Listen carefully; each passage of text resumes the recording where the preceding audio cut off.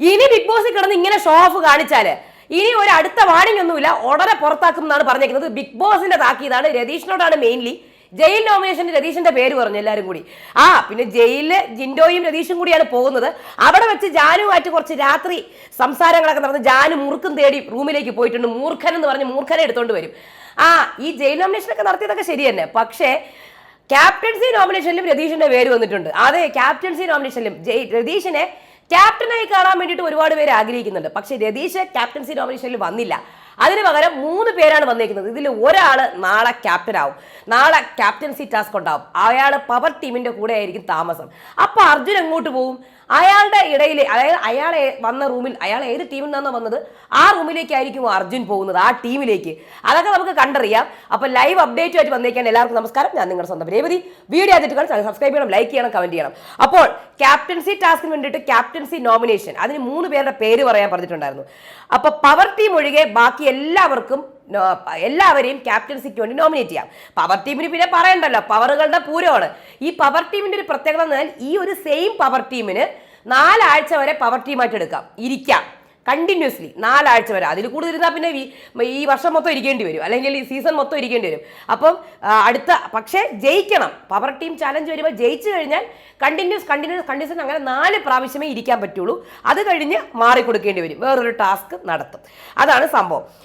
അപ്പം പിന്നെ big boss വേറൊരു കാര്യം കൂടെ ചോദിച്ചാൽ, നിങ്ങൾക്ക് ഈ കിട്ടിയ പവർ ടീമിനോട് പവർ നിങ്ങൾക്ക് വേറെ ആർക്കെങ്കിലും കൊടുക്കാൻ താല്പര്യമുണ്ടോ എന്ന് ചോദിച്ചു. അപ്പം അവർ പറഞ്ഞു താല്പര്യമില്ല എന്ന്.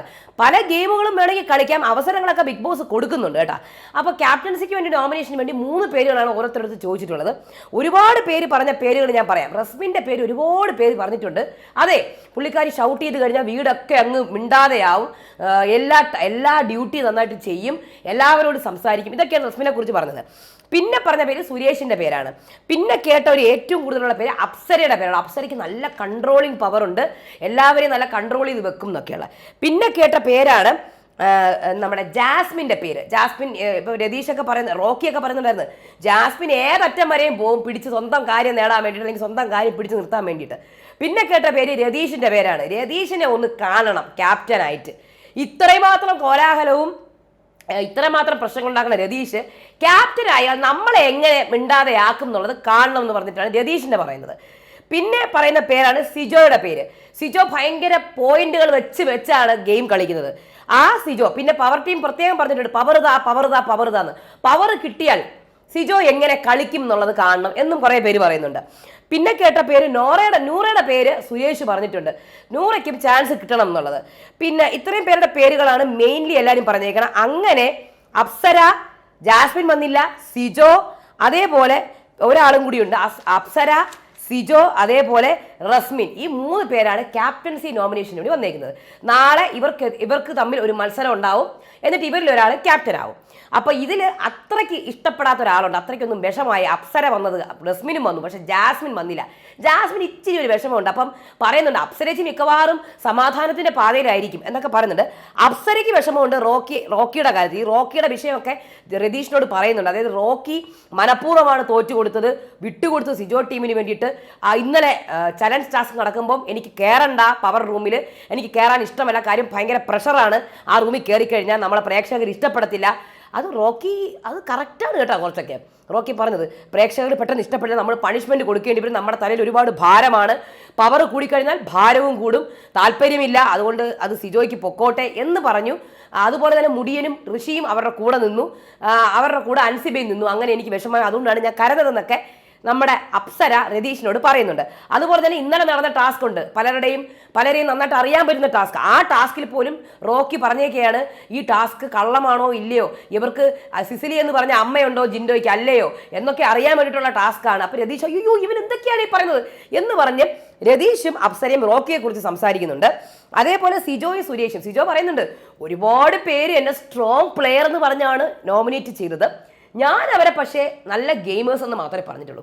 അപ്പോൾ പ്രേക്ഷകരുടെ മനസ്സിൽ ഞാനൊരു സ്ട്രോങ് പ്ലെയർ ആയി കഴിഞ്ഞിരിക്കുന്നു, അങ്ങനെ ഒരു ഇമ്പാക്റ്റ് ഉണ്ടാവും എന്നൊക്കെയാണ് സിജോ പറയുന്നത്. സിജോ വിചാരിക്കുന്നതും ഈ വിചാരിക്കുന്നതൊക്കെ പറയാതിരുന്നാൽ ഒരുപാട് നല്ലതായിരുന്നു. കാര്യം അത് പറയുമ്പോൾ ഒരു സെൽഫ് പോസ്റ്റിംഗ് പോലെയാകും. അത് മിണ്ടാതെ തലച്ചോറിൽ മാത്രം വെച്ചുകൊണ്ടിരുന്നെങ്കിൽ കുറച്ചും കൂടെ നന്നായനെ. അവിടെയാണ് സിജോയ്ക്ക് ഒന്ന് ചെറുതായിട്ട് പാളി പോകുന്നതായിട്ട് എനിക്ക് തോന്നുന്നത്.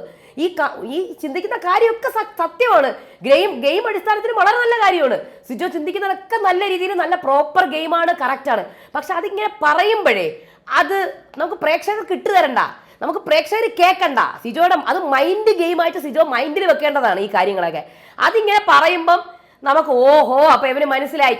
ഇത് മനസ്സിലാക്കാതെയാണ് എല്ലാവരും കളിക്കുന്നത്. പല ഗെയിമേഴ്സും വലിയ വലിയ ഇപ്പൊ സാബുമാനാണെങ്കിൽ രജിത് സാറാണെങ്കിൽ ഇവർക്കൊക്കെ ഉണ്ട്. ഇത് മനസ്സിൽ കൂടെ പോകും, പക്ഷെ ഇവർ പറയൂല. ഇതൊന്നും പറഞ്ഞു കഴിഞ്ഞാൽ ഗെയിം എക്സ്പോസ് ആവും. അപ്പൊ ഈ സിജോയ്ക്കുള്ള ആ ഒരു ചെറിയ പ്രശ്നമുണ്ട്, ഈ പറച്ചിലൊന്ന് ഒഴിവാക്കിയാൽ സൂപ്പർ ആയേനെ. അപ്സര രതീഷ് റോക്കിനെ കുറിച്ച് സംസാരിക്കുന്നത്, ജാസ്മിനും ഗബ്രിയും അപ്സരനെ കുറിച്ചാണ് സംസാരിക്കുന്നത്. ഇനിയാണ് ജയിൽ നോമിനേഷൻ. ഭയങ്കര ഒരു പ്രൊമോ വന്നായിരുന്നു. അതിനകത്ത് രതീഷിന്റെ പേര് പറയുന്നുണ്ട്. എനിക്കൊന്ന് രതീഷിന് താല്പര്യമില്ല ജയിലിലേക്ക് പോകാൻ വേണ്ടിയിട്ട്. അതാണ് രണ്ട് നിലപാടെന്ന് ഇവിടെ അർജുൻ പറയുന്നത്. സുരേഷ് പറയാണ് ശരിക്കുള്ള ജയിലിൽ കൊണ്ടുവിടണം ഇയാളെ എന്ന് പറയുന്നുണ്ട്. അതേപോലെ അർജുൻ ഇവിടെ ഇരട്ടത്താപ്പുള്ള വ്യക്തിയാണെന്നാണ് ഞാൻ കണ്ടതിൽ ഏറ്റവും ഇരട്ടത്താപ്പുള്ള വ്യക്തിയാണ് രതീഷ് എന്ന് പറയുന്നുണ്ട്. അങ്ങനെ അർജുൻ തന്നെ തെറ്റിദ്ധരിപ്പിക്കുകയാണെന്ന് രതീഷ് പറയുന്നുണ്ട്. അപ്പോഴാണ് അവിടെ ഇടിയും പിടിയും ഊന്നും തള്ളുമൊക്കെ ആകുമ്പോൾ ബിഗ് ബോസ് ഇടപെട്ടേ പറ്റുള്ളൂ. അപ്പൊ പറഞ്ഞാൽ മനസ്സിലായില്ലേ, പറഞ്ഞത് ലംഘിച്ചാൽ പുറത്താക്കും എന്നാണ് ബിഗ് ബോസ് വാണിംഗ് കൊടുക്കുന്നത്. അങ്ങനെ രതീഷും ജിൻഡോയും ജയിലിലേക്ക് പോകണം. ആദ്യത്തെ നമ്മുടെ ജയിലിലുള്ള ആൾക്കാർ രതീഷും ജിൻഡോയാണ്. അതിനകത്ത് കിടന്നുകൊണ്ട് നമ്മുടെ സിഗരറ്റ് വലിക്കാൻ പറഞ്ഞ ജാനു മുറുക്കുണ്ടെങ്കിൽ എടുത്തോണ്ട് വരും. അതായത് നമുക്ക് ഇവർക്ക് ലക്ഷറി ആയിട്ട് ഇവർക്ക് മുറുക്ക് കിട്ടിയിട്ടുണ്ട്. അപ്പം ജാനുവിന് അത് മനസ്സിലായില്ല. മുഴുക്കോ അതെന്താണ് സാധനം? മുഴുക്ക് എനിക്ക് അഴിയത്തില്ല. അകത്ത് പോയി ചോദിക്കൂ, യമുന ചേച്ചി ഈ മുഴുക്ക് എന്താണ്? അപ്പം യമുന മൂർക്കൻ എന്നാണ് കാണുക. മുഴുക്ക എന്താണ്?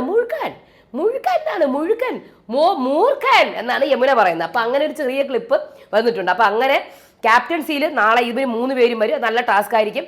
ഇനി ഇവര് ജയിലിൽ നമ്മുടെ രതീഷും ജിൻഡോയും. അങ്ങനെ സംഭവ ബഹുലമായി ഒരാഴ്ച അവസാനിക്കാൻ പോവുകയാണ്. എല്ലാവർക്കും താഴെ കമന്റ് ചെയ്യാം, ആർക്കാണ് ക്യാപ്റ്റൻ ആവാനുള്ള യോഗ്യത, ആരാണ് ജയിലിൽ പോകാനുള്ള യോഗ്യത. അപ്പൊ പുതിയ വീഡിയോ പുതിയ അപ്ഡേറ്റ് ആയിട്ട് വരാം. അതുവരേക്കും ബൈ.